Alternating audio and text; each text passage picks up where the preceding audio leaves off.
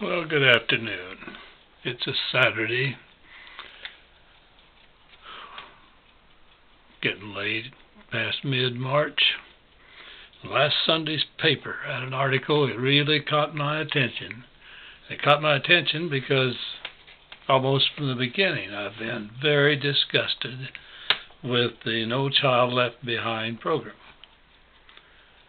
It's a program based on the idea that if you put pressure on, if you threaten the kids, if you threaten the teacher, if you threaten the principal, if you threaten the school board, if you threaten the community, acceleration of threats, with the last threat being that if the community can't solve the problem, the government will take over the school.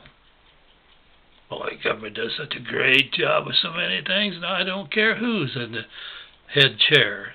Government's not really efficient at taking care of things at the local level. So I knew that President Obama should do something to end No Child Left Behind.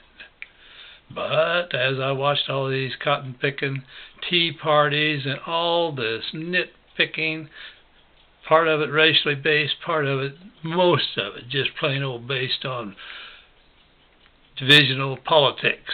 That we want the Democrats put down so that the Republicans can get in and do the job of messing up the country. If they're right that Obama's messing it up, he'd just be in a line of at least two. George W. Bush messed it up first class. But I saluted George Bush as President of the United States and Commander-in-Chief, and I salute him again as an ex-Commander-in-Chief. Any soldier knows he is the man, the Commander-in-Chief. Sad that a lot of efforts being made to try to get the troops to not respect the Commander-in-Chief, since it's not a Republican. The fellow's a liberal, you know. But anyway, back to No Child Left Behind. It's like a daughter-in-law that's a teacher who said, you know, if they let me teach a little more, kids might do better when they're tested. Spend an awful lot of time testing and preparing for a specific testing program. Well, the article last Sunday, said that Obama was tackling the issue. Now, I salute him not only as Commander-in-Chief, I salute him as a man that cares about doing the job of being President of the United States. That No Child Left Behind thing is a disgrace, a total non-effective program.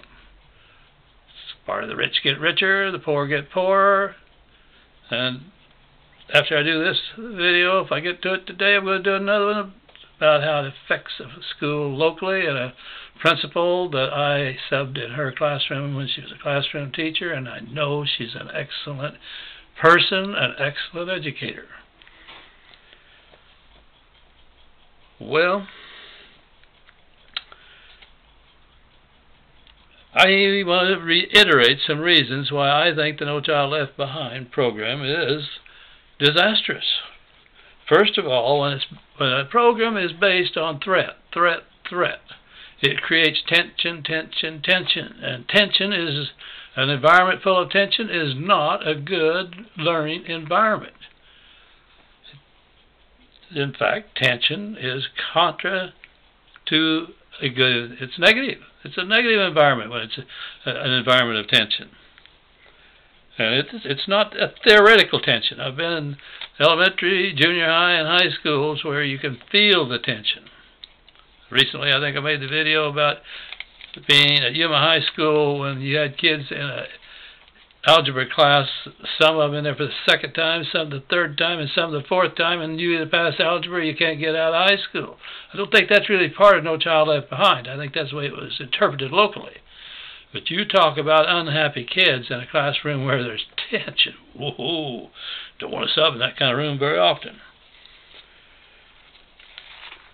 When all those threats go down the line, the first thing they do is push out the principal. It must be his fault or her fault. And then eventually, if the things don't go right, they'll take over the school, the government will. The second thing that's terrible in my mind about No Child Left Behind is that we are teaching the standards, and we test the standards. Folks, that's outright cheating. The kid isn't really learning it if he just memorizes what needs to be memorized to pass a test, or memorizes enough concepts to be able to use the simplest of concepts to pass a test. Bad, bad, bad. Bad way to go about really educating anybody. Then there's that tension factor, and it makes unbelievably shallow education. All the emphasis is on math and reading, not very much on the arts, not on physical development, not on history, social studies. Still being taught some beautiful programs, but the emphasis, reading, math, math, math, math. It's shallow education.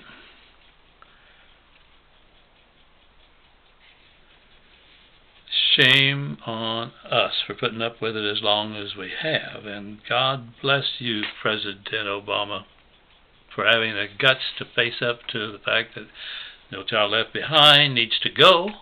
Now I want to tell you, I'm telling you, Mr. President, as a conservative, I don't think you need to throw more money at it. We got a problem with money. What we just need to do is stop that other foolishness and let local boards of education, local state departments tangle with the problems. And yeah, maybe give some incentives to some of the communities that have the most poor kids and the most bilingual kids, because that's where the majority of the failing schools are. Poor neighborhoods full of bilingual kids. Pretty hard to get those kids up to that standard that No Child Left Behind sets.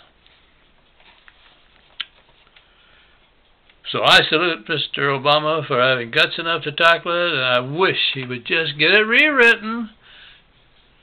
Maybe leave the amount of money in it that Bush and his allies put into it and use that as some incentive, but don't pour more millions or billions of dollars into the program. We don't need federal control. We just need a little support here and there and a little understanding of the realities of educating the poor and the bilingual.